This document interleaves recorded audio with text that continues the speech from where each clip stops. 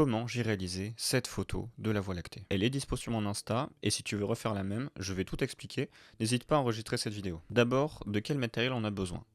On va avoir besoin d'un appareil photo, d'un trépied et d'un logiciel de retouche comme Lightroom ou Photoshop. Ici, j'utilise un Sony A7 IV, mais ça a relativement peu d'importance parce que ce qui va vraiment déterminer la qualité de la photo, c'est l'objectif qu'on va venir mettre devant. La première chose à prendre en compte quand on fait de l'astrophoto, c'est la pollution lumineuse qui va nous empêcher de bien voir les étoiles. Cette pollution, elle vient de la lumière qui est émise par les villes, donc c'est important de s'en éloigner au maximum. Là, pour cette photo, j'étais au parc Kruger, en Afrique du Sud, en pleine savane, donc vraiment très éloigné de toute grande ville. Ensuite, on va bien faire attention de prendre nos photos en RAW, puisque comme ça on pourra les modifier beaucoup plus facilement dans Lightroom ou dans Camera Raw. Comme je viens de le dire, l'objectif qu'on va choisir, il est très important. On va avoir besoin d'un angle très large, entre 14 et 30 mm au maximum, et une ouverture également la plus grande possible, qui ouvre à f3 minimum, mais c'est mieux si elle ouvre à 2.8 voire 1.8, c'est l'idéal. Pour ma part, j'ai utilisé un 24 mm 2.8. Alors comment on fait pour prendre en photo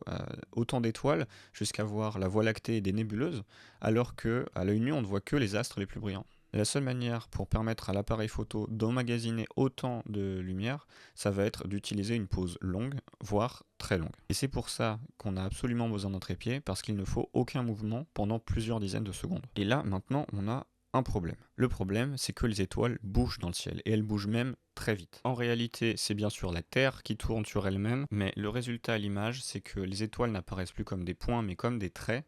C'est ce qu'on appelle des star trails. Et si cet effet peut rendre plutôt sympa, c'est pas ce qu'on cherche à faire ici. Ça peut faire l'objet d'une autre vidéo, alors dites-moi si ça vous intéresse dans les commentaires. Donc pour éviter au maximum cet effet Star Trails, on va devoir limiter son temps d'exposition. Et pour calculer ce temps d'exposition maximum, on va utiliser la règle des 500. C'est très simple, on va diviser 500 par la longueur de la focale de son objectif. Avec mon 24 mm full frame, ça fait 500 divisé par 24, ce qui nous donne 20,8, soit 20 secondes au maximum avant d'avoir cet effet Star Trails. A noter que si vous utilisez un boîtier APS-C ou micro 4 tiers, il va falloir multiplier respectivement votre longueur focale par 1,5 ou 2 avant d'appliquer la règle des 500. Sinon, pour le reste des paramètres, on va ouvrir au maximum son objectif. Pour les ISO, on va pouvoir se permettre de monter en général vers 3600, 6400 au maximum pour certains boîtiers, mais l'idéal c'est de rester plus bas, donc entre 1600 et 2000 ISO en général. Et pour la balance des blancs, on va la régler entre 3000 et 4000 Kelvin. On va régler le focus en manuel,